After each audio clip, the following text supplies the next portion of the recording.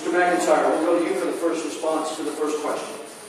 The national debt, now over $13 trillion, our annual deficit $1.4 trillion. The projected liability resulting from unfunded future obligations could bring our national debt much higher. The vast majority of these unfunded liabilities are due to obligations tied to Social Security, Medicare, and Medicaid. What will you do to reform these programs, as well as any other reforms which will eliminate the budget deficit and allow our country to achieve a sound fiscal policy? Well, there's no doubt that fighting the national debt problem has been a priority of mine since I've been in Washington. In fact, we had a sign outside of our office that kept the tally of the debt has gone up $43,000 for every man, woman, and child. That's unacceptable and unsustainable. I have with me tonight 4 pages, and I know the print's too hard for you to see, too small for you to see, but it lists various government programs that should be sunsetted or should be considered to be cut or that run their purpose. And one way to cut down on all this spending is to get rid of the programs that we don't need anymore and stop this foolish spending. The other way is to support a balanced budget amendment, which I've consistently done since I've been in Washington. And the other way, of course, is we look to reforming Social Security and Medicaid and Medicare to make sure it's done in a way that is sound to protect our seniors and to preserve Social Security and Medicare, not done in a way that will privatize it or get rid of it. Mr. McIntyre, thank you. Mr. Pantano, what will you do to reform programs such as Social Security, Medicare, and Medicaid, as well as any other reforms which will eliminate the budget deficit and allow our country to achieve a sound fiscal policy? The simplest way to achieve sound fiscal policy is for the federal government to get out of the way.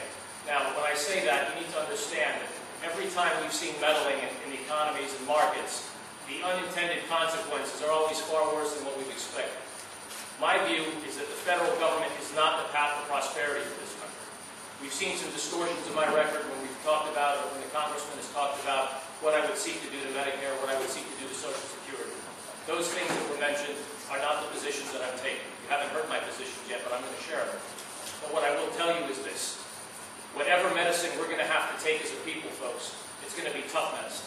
Because the bottom line is we all know that we're on the Titanic, and we can keep moving the deck chairs around, but until leaders are ready to take some decisive action and stop bringing home checks of your money to buy off constituency votes, we're not going to solve the problem. We're going to create more.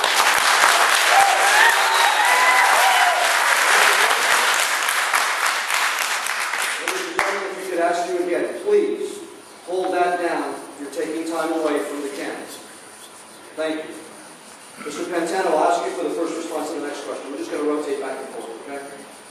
With regard to the stimulus funding, did it work? What jobs did it create? And would you support another stimulus fund? If you mean by increasing the unemployment rate, I guess it worked. I don't think that it worked, though, Don. I think the stimulus has proven to be a disaster. I think that this unmitigated spending that we're seeing in Washington is a disaster.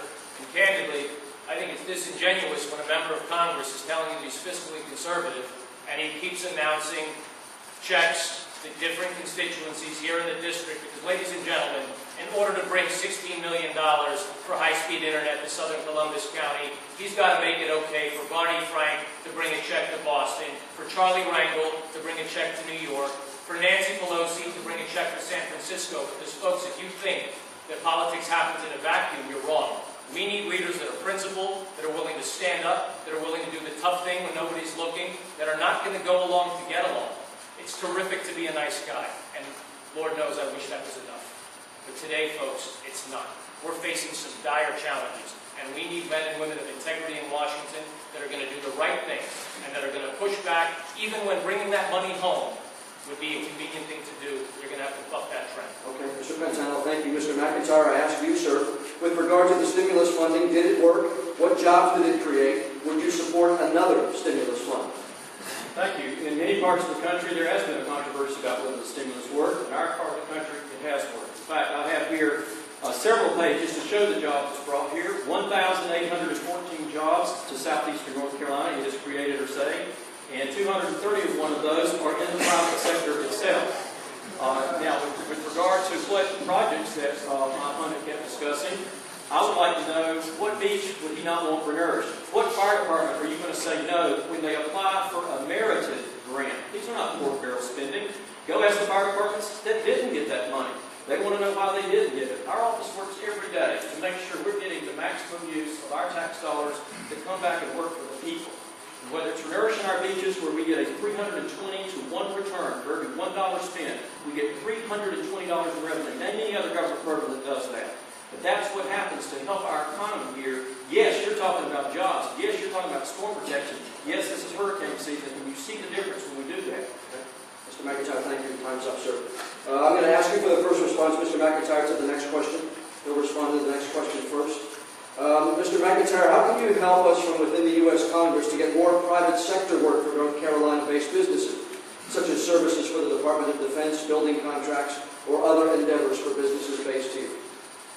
Well, there are several aspects. One is we were very successful in making sure that in the BRAC closings around the nation that we were not heard. In fact, we were helped in North Carolina. As a member of the Armed Services Committee, I am thrilled for the opportunities we have for growth at Fort Bragg and also for growth at Camp Lejeune. The $57 million wharf that we needed that supplies 90% of the munitions to our men and women serving in uniform across the world that we just opened about 6 weeks ago.